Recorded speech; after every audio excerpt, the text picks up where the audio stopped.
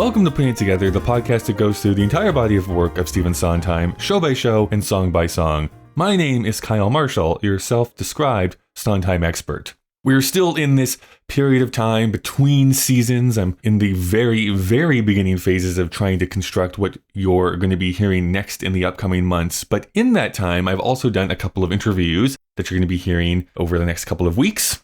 First up is this conversation I got to have with Kate Chisholm, who serves as executive director of the Peter Foley Music Project. The album that was just released is called Out of Myself, Songs of Peter Foley, which is out now. You can go and get it, download it wherever you get music from. And there is a wonderful conversation throughout this interview about how Peter was inspired by Sondheim, who saw him as a mentor, who actually had conversations with Stephen Sondheim as well. So this is a great introduction to that ability that Sondheim had of seeing talent in the younger generations and trying to push them into the right directions. There is a reason that perhaps you have never heard of the name Peter Foley, which we will get into in this conversation as well. But without further ado, let's get into my conversation with Kate Chisholm. Thanks, Kyle. I'm looking forward to this. Yeah, I mean, this is something that kind of came out of the blue. Someone emailed me about this project, and I thought it would work for a great bonus episode here. This is all about the album Out of Myself, Songs of Peter Foley. As someone who I know you're intimately familiar with, I really do want to start very, very broad, because I do think even if people are really passionate about Broadway, really passionate about theater in general, Peter Foley's name may be something that they have not come across before. I really want to dig into this a little bit more, but I want to talk about the very first time you two met. How did that happen? We met in college, and we both went to Yale. Mm-hmm. Peter was actually one of the very first people I met, like within a few days of arriving. And we were both in singing, a cappella singing groups, and both doing theater. I remember, we were both auditioning for the Threepenny Opera at the same time. And we were just friendly and acquaintances for, almost 4 years. And then our senior year, Peter wrote for his big senior thesis project as a music major, a full-length musical. Mm-hmm. And which I almost didn't audition for. And then someone convinced me to, and I did. And I got one of the leads, actually opposite Melissa Errico. Right. And was this the one called Whitechapel? Am I getting that right? Yes. Set in Victorian London, I think extremely influenced by Sweeney Todd. For sure. This was, it was 1989. So I just loved working on that show with him, and I really got to know him very well at that point. So that was also when our romance took off, and we were together ever since then. For sure. You were going to Yale specifically for acting, or was there a bigger dream that you had when you off to school? So the undergraduate program, is separate from the drama school. So, and it's interesting, at that time, they certainly had arts, in the curriculum, but it was very academic. It was very kind of anti-pre-professional. I think that's changed a little bit, but I feel like that affected some of my choices. I mean, when I went off to college, I thought, at the time I was a musical theater performer, and I was also into art and literature, and I thought I was going to be an art or theater major, and I ended up being an English major. Hey, that's what I got at school too. So it's been very useful. It's been great, and I loved studying all that. But Yale was the kind of place where there was just tons of theater going on all the time. All these student-run productions, and I can actually tell you that Peter Foley was quite brilliant. Got into every school he applied to, and when he couldn't decide, I'm jumping ahead, but he had already was in touch with Stephen Sondheim at that point. He asked Steve, where should I go to school? Because he wanted to, he knew at that point that he wanted to go into composition, and specifically for theater. And Steve said, well, there is at Yale, there's just so much theater. You could be doing theater all the time. That is not true at Harvard. Also, New Haven is a train ride away from New York. And Boston, not so much. So, Yeah, so yeah. Peter always says he chose Yale because Stephen Sondheim told him That's to. amazing. Did he ever like walk by the pool and think of like, oh, I could like put a show on here? He certainly knew about it. That was another thing. Yes, another. Yes. I guess to dig into that a little bit more deeply, I mean, this is kind of a well reported fact of Sondheim, like the teacher, of trying to give back to the next generation of composers specifically. And Peter seems to have had some type of relationship there. I don't know if you can like expand on that a little bit or as much as you know, because I do know that Steve did go to some of his workshops and that sort of thing as well and gave feedback, sometimes maybe pretty blunt negative feedback, but still feedback nonetheless. Yeah, tough love. Mm-hmm. Sure. I mean, I'll just so when Peter was in, I think he was in actually junior high, maybe eighth grade, he discovered Sweeney Todd. Mm-hmm. So this is, oh gosh, late, probably 1980 or something. A friend of his sort of told him about it. He listened to it, was completely blown away. And, you know, up to then he had been studying really classical music and jazz as a pianist. And he grew up in Berkeley, California. And the Berkeley Public Schools there still has a very storied jazz program with, you know, really incredible musicians coming out of that program. So Peter was, you know, he kind of thought maybe that was he was going to do. And then he got the theater bug. Right. As tends to happen. And he got that really through discovering Sweeney Todd. And he got completely obsessed with it. I mean, you hear these stories about people of that generation. Mm-hmm. Just he listened to it probably every day for a year. He got the full score as soon as it was published. You know, he would go to the public library and go through the microfilms and read all the articles in the New York Times about Steve. I mean, really, like, who is this guy? This is amazing. And then someone he knew had Steve's address in New York, in Turtle Bay Townhouse. And so Steve wrote him a fan letter. I mean, Peter wrote Steve a fan letter that was probably very, very detailed, you know, where, I'm sure Steve was like, wow, this kid really knows something. Mm-hmm. This is interesting. And I'm sure you know this, Kyle, but Steve was this kind of a gentleman of the old school in that he did respond to every letter he received.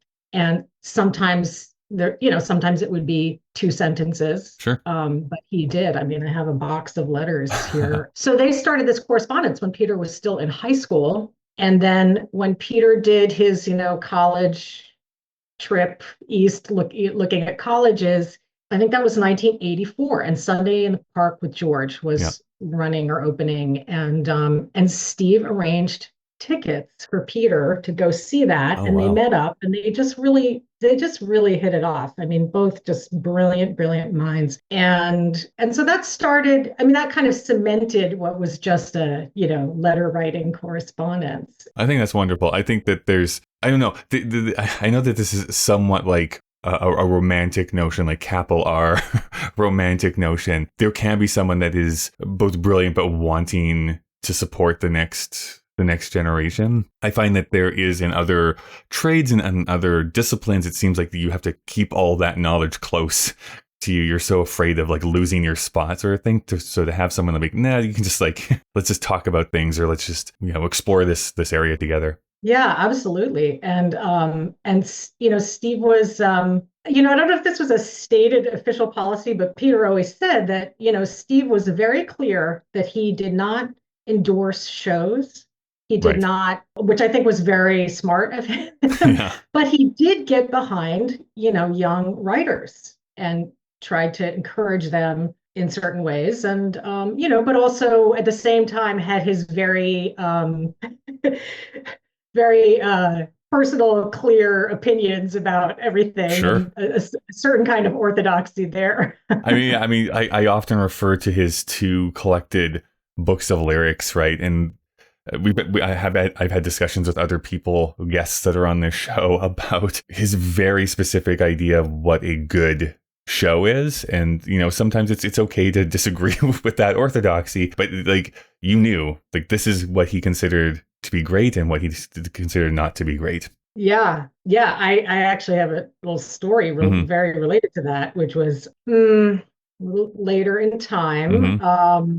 There was a show and we loved it. We were so moved by it. It was just so daring. And he saw Steve around that time. They, went out for drinks or something, and they got into a huge, more than a debate, an argument over it. And Peter was just so shocked that it Right. was sort of like Steve was saying, no, you shouldn't like this. Right. I think he was reacting to it was not his standard of lyric writing Correct. because it Yeah. was more impressionistic pop lyrics. That just wasn't his taste, Mm-hmm. right? There's nothing wrong with doing it that way. And it was a beautiful show. But Peter came home, he was very disturbed by that. And he said, I think Steve's actually a fundamentalist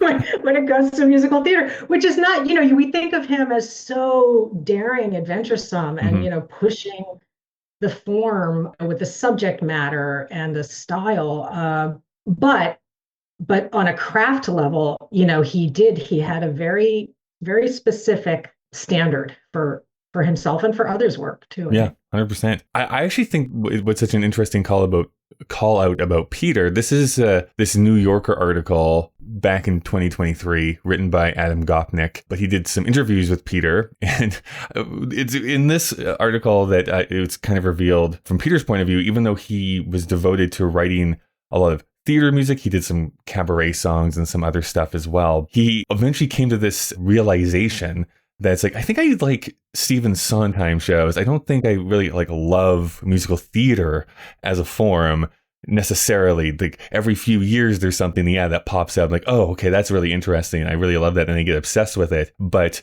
I don't need to love every big show that's coming out each season, like a lot of other Broadway fans kind of galvanize behind. So I was hoping that you can maybe fill in with a lot more of his, I guess, inspirations. You mentioned jazz and some other stuff, but what other composers, songs, music, what other stuff was the stuff that he loved? Yeah, I mean, so many different influences. And Rob Berman, Hmm. who conducted the album, the concert that Out of Myself Songs of Peter Foley is from. He talks about this in his liner notes. And yeah, it's interesting. I think he didn't grow up, in his home with a lot of popular music. I mean, there Hmm. was sort of the golden age musical albums and the Joan Baez album, and but he did have kind of Stevie Wonder as a touch point, Oh, maybe interesting. in junior high. Uh-huh. And then he kind of discovered pop music a little later. Like he had a friend who was really into reggae and he got into that. And then, as he really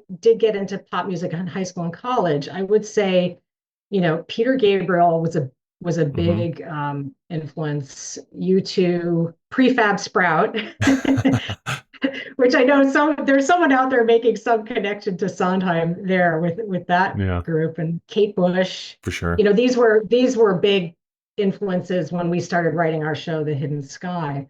But he also had this incredible classical music training. He loved Wojciech by Alban Berg, Mm, and he was not a huge traditional opera fan. Didn't really like those Mozart right. operas very much. He loved John Adams, the classical Yeah. composer, minimalism. Loved early music very much, that sort of pure vocal sound. That's what I noticed actually a lot from listening to the album. I mean, not every track, but there's a good portion of them that are really focused on choral or group singing, which is slightly different. Yes, there's sometimes the big number halfway through a show that, the whole cast comes together, but rarely is it a consistent thing where a choral is actually singing throughout the show. So I thought that was a really interesting take. Not that I've seen the shows necessarily, but just listening to the music, it really stood out to me. Yeah, I do think that that's a really signature aspect of his writing. I mean, he was in a kind of jazz a cappella group, men's group in Mhm. college. It's just this thing we all did. But I think and they were, these were really good groups musically. Mhm. So when you start to hear that, you kind of hear possibilities for storytelling with sounds like that. So, for example, when we started writing The Hidden Sky, which is based on a short story by Ursula Le Guin, Right. a wonderful science fiction writer. It's set in a post-apocalyptic world where science and math have been outlawed by the ruling priests, and it's almost like a passion story, we felt like. So Yeah, Peter yeah. was thinking, oh, this is like an oratorio. What would that form be, where there's a little bit of kind of, where there's a chorus who is sort of commenting and moving the story along. And so he wrote this incredible hybrid score that blends, and you can hear a little bit of on the album. Yeah. But yes, the chorus is throughout that show. And sometimes it's just a quintet, one person on a voice. It's very exposed. Yeah, Sometimes it's big, dramatic, everyone singing. But yes, using that power of the voice to kind of for dramatic writing yeah. is, maybe that's his equivalent of opera in a way, right? Is Yeah. using the chorus in that big dramatic way. I was just thinking about it here this morning. I'm actually surprised that hasn't been done a little bit more. And maybe my knowledge is just not deep enough to know like all the different times it's been done. The human voice, especially when there's groups of people, can do so many different things, whether it's like act as percussion or act as actual like melody.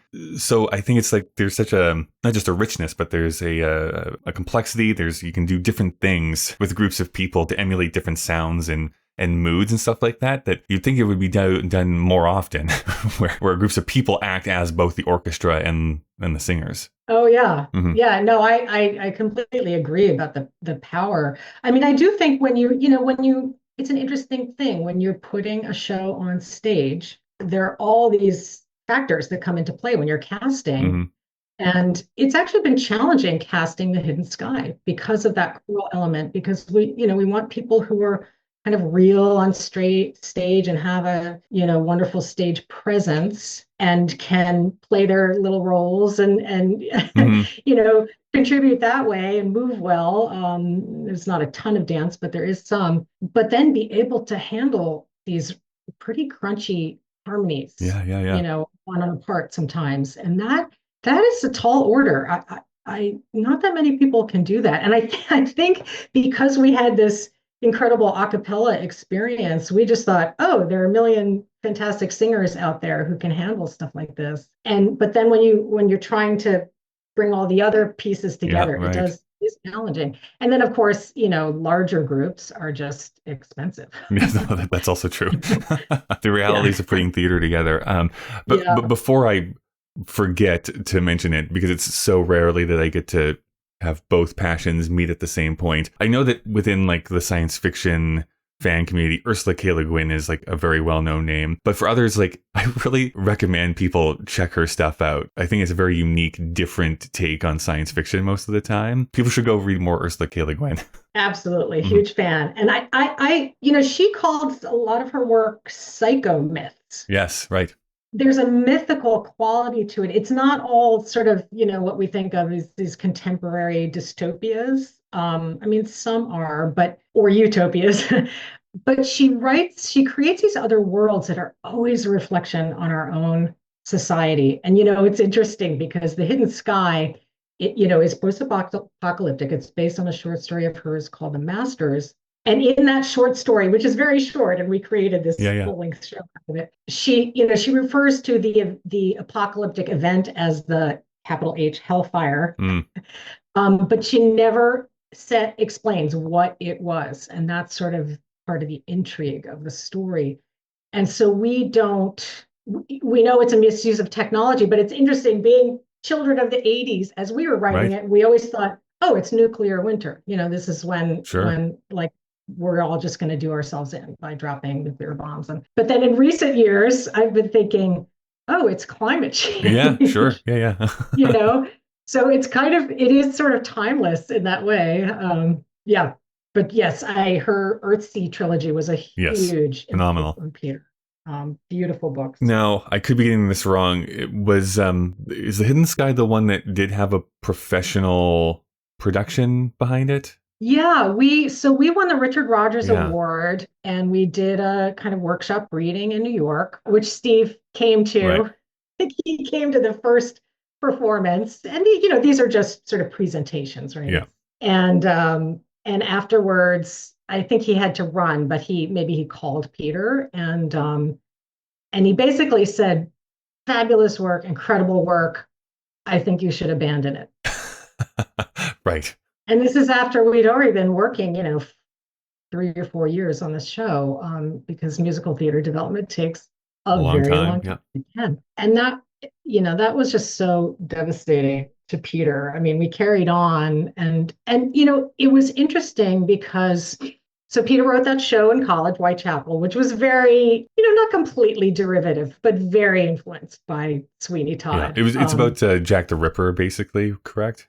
Yeah, there was this theory that a book came out that sort of theorized that the English painter Walter Sickert was actually Jack the Ripper, and there was this whole scandal with Prince Albert going out among the commoners, and he got a young Catholic woman pregnant, and that was the Melissa Errico part. But it is Victorian London, and Peter wrote these big choral numbers, very kind of gnarly.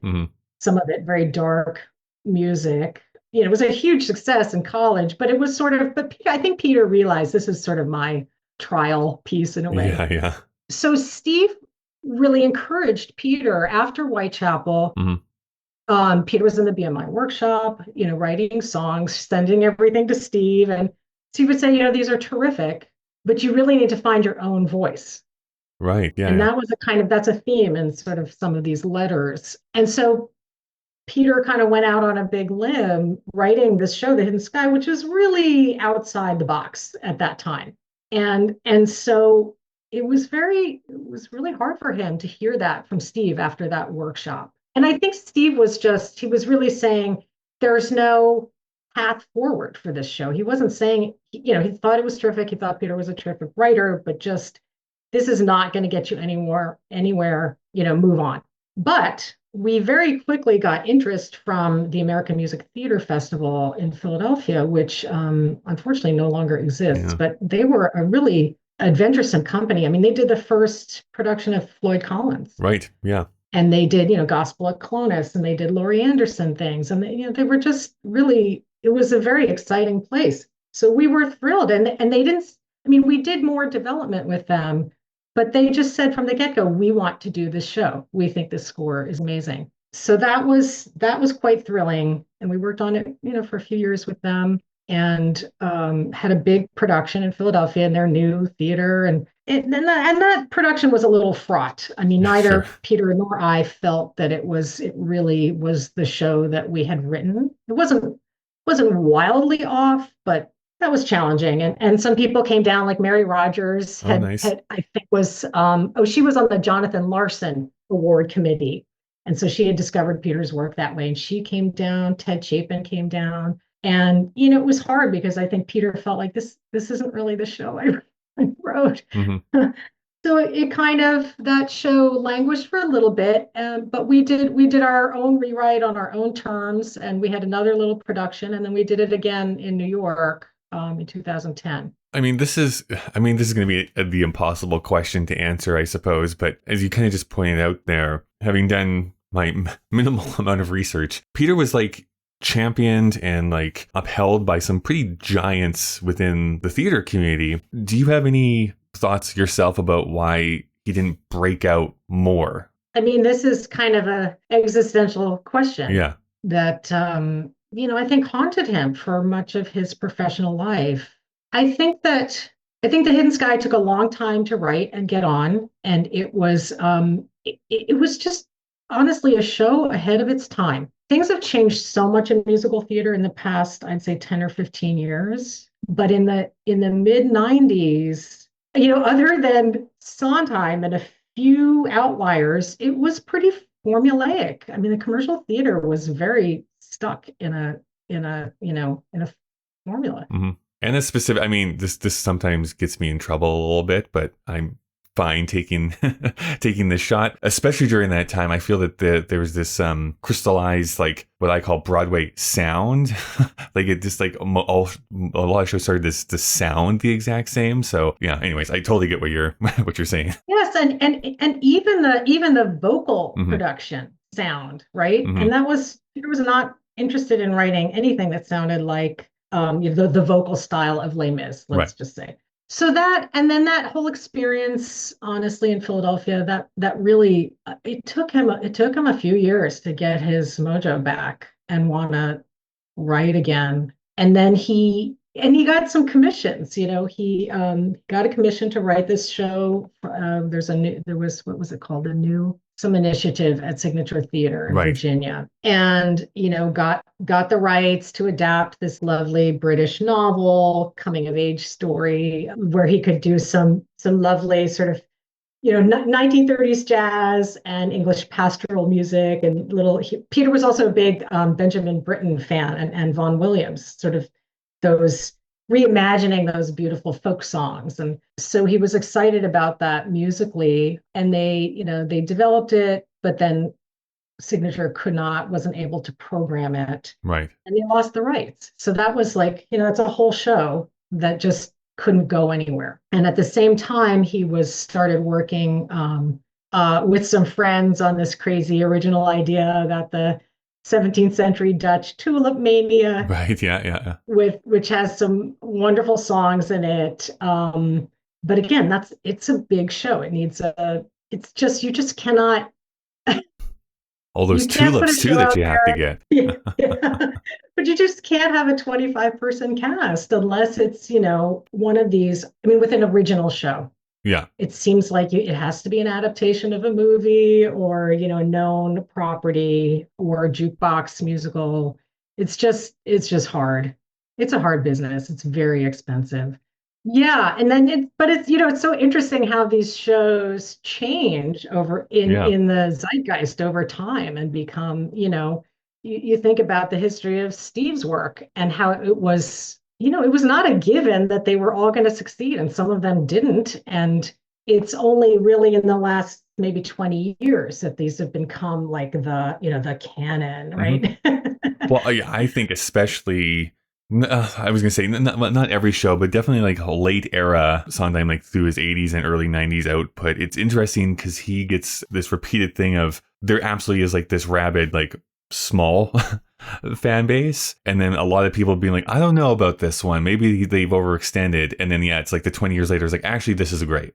So it's like, has this like full cycle. Doesn't necessarily help out in the moment, but like it does take that 20 years for people to kind of come around on it. Yeah, and I think, Steve obviously had the drive Mm-hmm. to create all that work, and also amazing collaborators. And then, basically he had Harold Prince Yeah, right. um, for a lot of that. So who was, a huge risk taker. And so when you don't have that and you're just sending out your material to artistic directors and literary managers, it can be hard to get traction. And I know that one of Peter's regrets was never getting a cast album of The Hidden Sky, Right. because you really need a cast album to have it out there and get people interested in the whole show. Yeah. Peter's obviously an incredible songwriter, and I think that's really evident on this compilation album. That really is kind of like this good segue, because this is another thing that I keep coming back to. Again, specifically for Sondheim stuff, but this is true for any composer. The cast album becomes such an important way not only to preserve the work, but to gather new fans. I always use the Merrily We Roll Along examples. Like, first of all, how that got even made is like bonkers to me, that there's a cast album for Merrily We Roll Along. But there is. It fails after 14 shows. But it's those people who keep coming to it and finding it years later and championing that show, and eventually 30 years later becomes like the biggest hit on Broadway. The cast album really is this really important document to help push that fan base. So for this album in particular, like, who was the person who said, like, we need to capture this work, and how did it actually happen?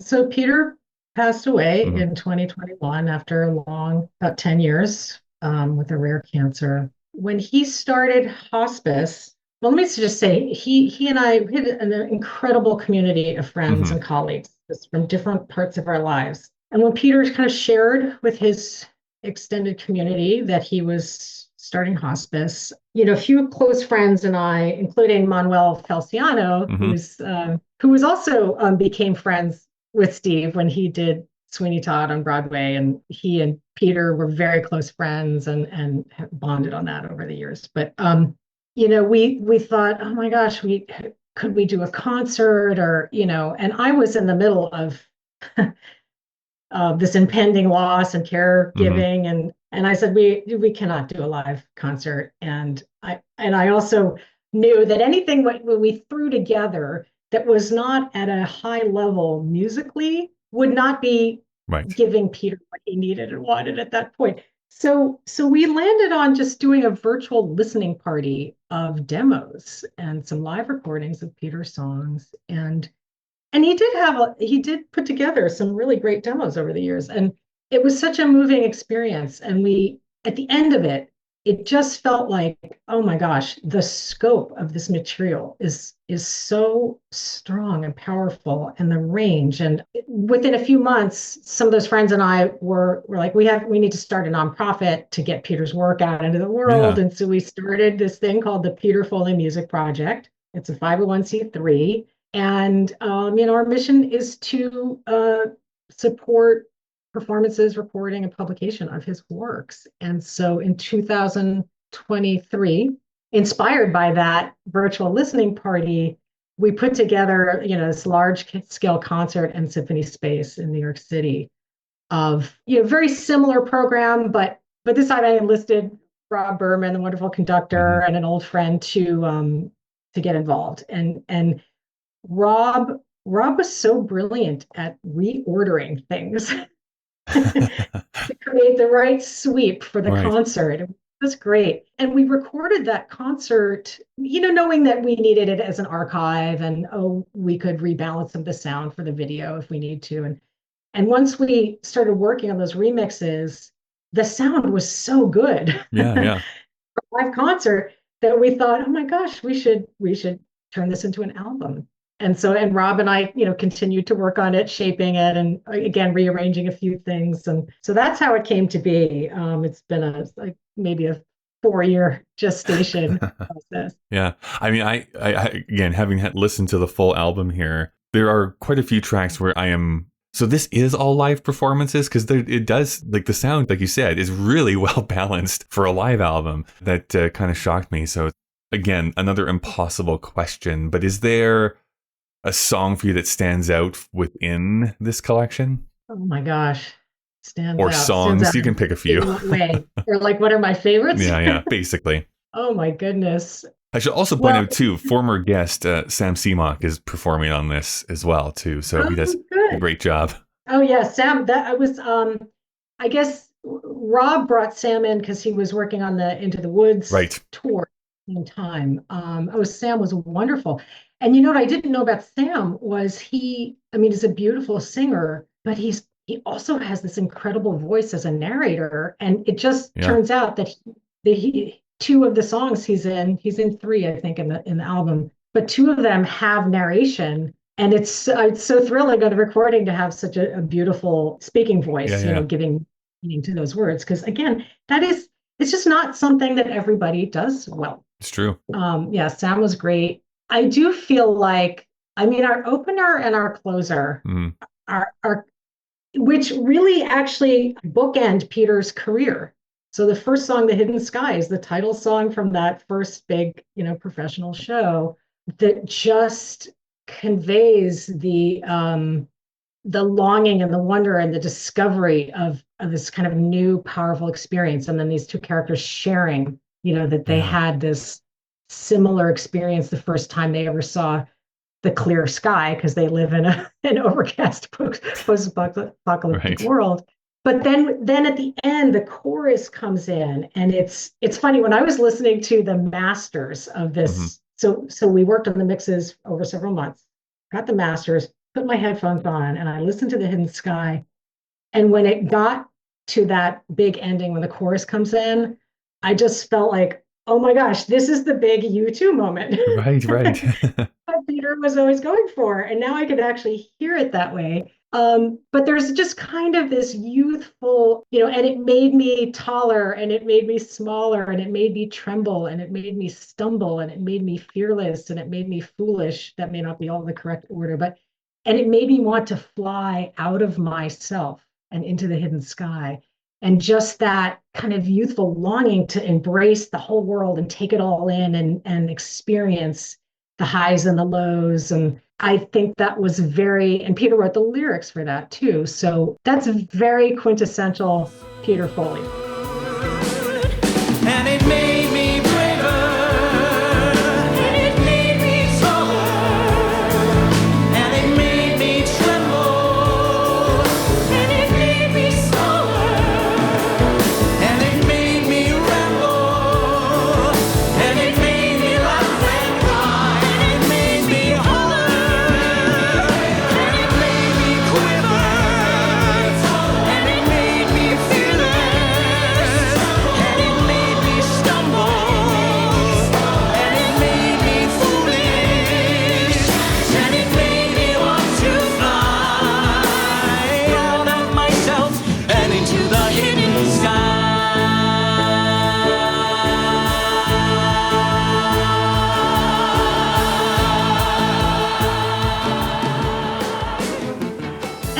And that's more of a kind of rock sound, pop rock, unusual though, harmonically.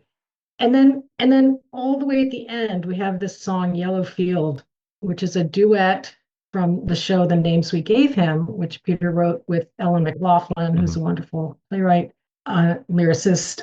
I cannot overstate how much I love this song. I was going to call it out myself. Like, I really like Yellow Field a lot.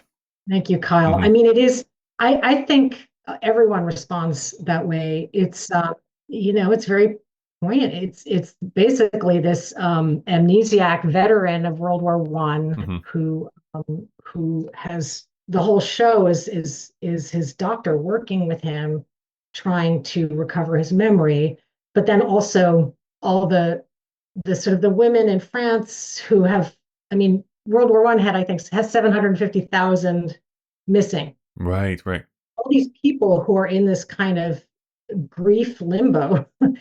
But anyway, so this amnesiac finally recovers his memory as he's dying towards the end of the show, and his wife, it's his wife, and she's called to the asylum, and she comes in, and they have this shared memory of. It's such a specific, they talk about lying in the yellow field. I mean, I think it's probably when they were falling in love, but, and Jason Gauthier, oh my gosh, he just hit it out of the park. Yeah, there's a kind of nostalgia is not the right word. It's, but it's that, how we have these touchstone memories in our lives that are so formative, and we can access them through these images and sometimes smells and sometimes just feelings, and I think Peter did that so well. I mean, I know this is a collaboration between him and the other playwright and songwriter, but what it captured for me is, even though I don't share like this specific memory of these two characters, the emotional resonance is something like I think is universal. It's like we all share something like that, where like a smell or a feeling or a taste or something is something that can remind us of something in the past. So I don't know. I know it isn't nostalgia like you said, but it is that shared feeling of like, oh, I get this. I understand what these people are singing about, even though I'm not sharing that specific memory with them. Absolutely. And I think, I think it's interesting. I don't think you would listen to Yellow Field and say, oh, this composer was clearly influenced by Stephen Sondheim. But that, the sort of mini dramatic journeys that Steve takes his characters on, where every beat change, I mean, it's all written in. And it's so that's the joy of, of performing Steve's songs, right? Is that he gives you all the information. It's right there. And then you just bring your personal experience and your craft to it. But you don't have to make stuff up, really, right. to do it well. And I think Peter also, because he actually started out as an actor, and he would really inhabit those characters in those moments as he was writing. And so if something needs to suspend or have two extended lines, or, to really accomplish what he wants to accomplish dramatically, he just writes it in. And he's not, I mean, there is still a beautiful song form, but it's expansive. So this album, Out of Myself, Songs of Peter Foley, did get released on July 25th. People can go and experience this. And I definitely highly recommend people do. I guess as kind of, as we veer into a wrap up of sorts here, for you, Kate, like, I guess like pitch this to people, how would you talk about it? I mean, I do confess that I would love for the album to generate interest, particular in well, obviously in Peter's work, although this is sort of what's out there now. So, listen to the album over and over and really enjoy it. But there are these shows. I mean, The Hidden Sky, continues to feel relevant in its subject matter. And then the final show that we were just talking about, that Yellow Field is from, is called The Names We Gave Him. And it did have a wonderful student production, but it has not had a professional production yet. And the whole score of that show is gorgeous. And again, it's also about the devastation of war and which is also something that is unfortunately always relevant. Yes. exactly. And but these things are not, they don't fit in that tidy box. So it's going to take someone who's an adventuresome producer or theater company to kind of rediscover and discover these pieces. But that's my dream. Yes, very selfishly, I would love to hear a professional recording of all of these shows. Yes, well, that those are kind of big dream projects. But we do have this this nonprofit now, and we have raised money, and so I do think it's a full recording of The Hidden Sky is long overdue, and I would also love a full production of The Names We Gave Him. That's great. But also just, young people discovering this music and using the songs for auditions and cabarets. And we just want people to keep discovering it and enjoying it. So I hope that they do. I mean, I will say one of the things from the concert. So we put together, our chorus was all college musical theater performers from the area, sort of intercollegiate chorus.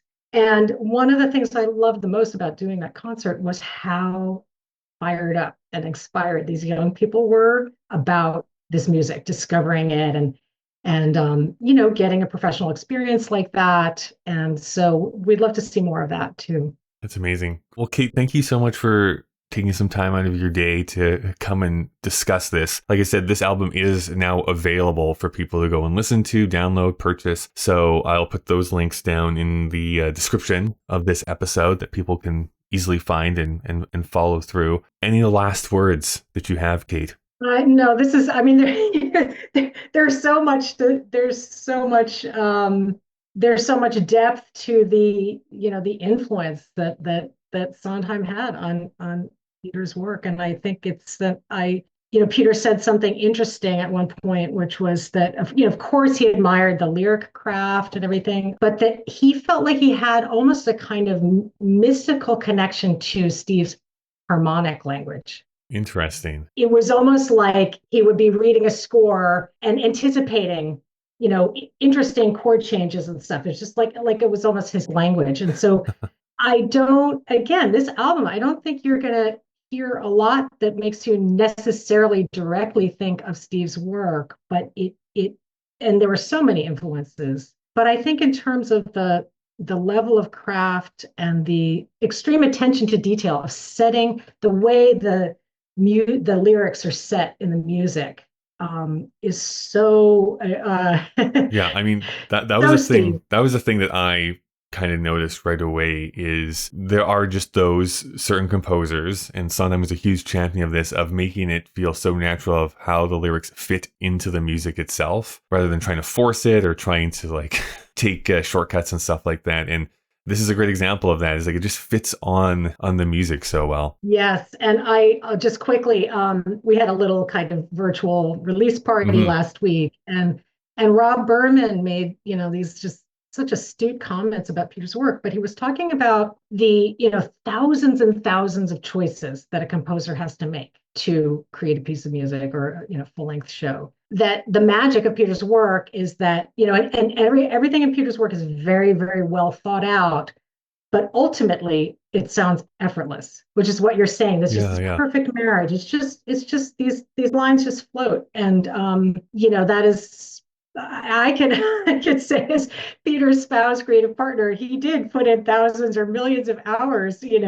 making those choices. And he loved doing it. He just loved it. Mm-hmm. As they sometimes say, like, it takes extraordinary talent to make it look like it's that easy. So, you know what I mean? Well, once again, thank you so much for taking some time out of your day. And again, really highly encourage people to go and check out this album. So thank you so much, Kate. Thank you, Kyle. This has been a pleasure.